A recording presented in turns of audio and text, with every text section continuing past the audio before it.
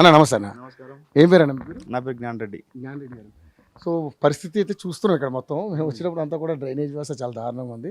So మరి ప్రభుత్వాలు ఎన్ని మారినా కూడా ఇక్కడ పరిస్థితి అయితే ఇట్లానే ఉంది కాబట్టి ఇప్పుడు మళ్ళీ ఉప ఎన్నిక వచ్చింది. ఇది జూబ్లీ హిల్స్ నియోజకవర్గం గడ్డ. Correct. సో ఇక్కడ మాగంటి గోపీనాథ్ గారు మరణానంతరం ఇక్కడ ఉప ఎన్నిక వచ్చింది కాబట్టి మరి ఇప్పుడు ఈ షేక్పేటకు సంబంధించినటువంటి మహాత్మా గాంధీ నగర్లో పరిస్థితులు ఏ విధంగా ఉన్నాయి, ఇప్పుడు మరి ఈ ఎలక్షన్స్లో ఎవరికి ఇక్కడ పట్టం కట్టే అవకాశం ఉంది ప్రజలు? పరిస్థితులు మీరు చూశారు, చాలా అధ్వానంగా ఉంటాయి. మనకు ఇక్కడ మెయిన్ ఫిలిం నగర్ చెప్పడానికి ఉంటుంది కానీ మొత్తం బస్సులో ఉన్నట్టు ఉంటుంది కదా. రోడ్లు లేవు, డ్రైనేజ్ వ్యవస్థ సరిగా లేదు. కాబట్టి మార్పు అనేది జరగాలి, ఖచ్చితంగా మార్పు అనేది జరగాలి.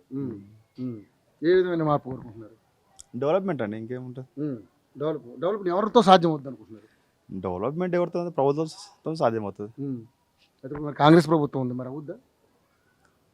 వాళ్ళు చేస్తే అవుతుంది కానీ చేయట్లేదు కదా. అదే మరి అభివృద్ధి అనేది చేయట్లేదు కదా. మరి 2.5 సంవత్సరాలు అయింది మరి ప్రభుత్వం వచ్చి.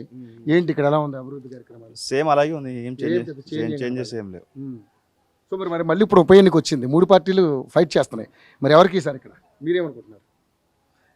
ఎవరు డెవలప్మెంట్ చేస్తే వాళ్ళకి ఏమన్నా ఓటు. అట్లా కదా, మరి డెవలప్ చేస్తే ఎట్లా తెలుస్తుంది మనకి? ఇప్పుడు మీరు ఓటేసి గెలిపిస్తే వాళ్ళు చేస్తారో తర్వాత తెలుస్తుంది. అవును. మీరు ఏమనుకుంటున్నారు మరి 3 పార్టీలు ఏ పార్టీకి అనుకుంటున్నారు? అంటే బీఆర్ఎస్ పార్టీగా ఇస్తే మంచిగా ఉంటుంది అనుకుంటున్నారా? ఎందుకని కారణం? కారణం అంటే కొన్ని ఇక్కడ జరగలేదు కానీ సిటీ మొత్తం అయితే అభివృద్ధి జరిగింది. కేసీఆర్ హయాంలో అయితే చాలా విషయాల్లో డెవలప్మెంట్ జరిగింది. ఈ గోపీనాథ్ గారు ఏమైనా కొంచెం చేశారు ఇక్కడ?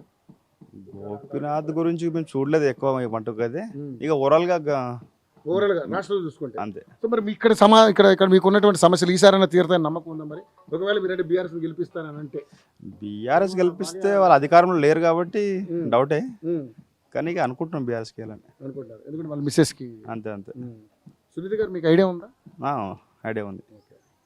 సో తిరిగారు ఇక్కడ ఎప్పుడన్నా ప్రచారానికి వచ్చారు? ఇంకా రాలేదా?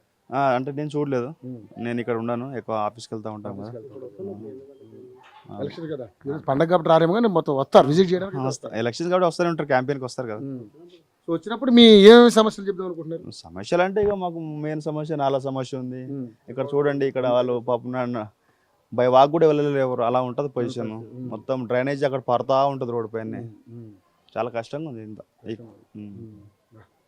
చాలా అధ్వానంగా ఉంటుంది. అవును, మేము ఒక రోజుకి ఇబ్బంది పడ్డా, మీరు డైలీ ఇబ్బంది పడుతున్నారు. డైలీ అంటే ఇప్పుడు వాటర్ వచ్చినాయి అనుకోండి, చాలా ఇబ్బందిగా ఉంటుంది. చాలా అంటే చాలా వచ్చినప్పుడు పరిస్థితి ఏంటంటే ఇక్కడ సేమ్ ఇలాగే ఉంటుంది. ఇక ఎవరు నడవలేరు, ఇక ఏదో ఇక ఇంటికి వెళ్ళాలి కాబట్టి నడిచేసి వెళ్తారు తప్ప, కానీ చాలా ఘోరంగా ఉంటుంది. వెహికల్స్ అన్ని కూడా కిందే వస్తాయి ఇలాగే. Thank you.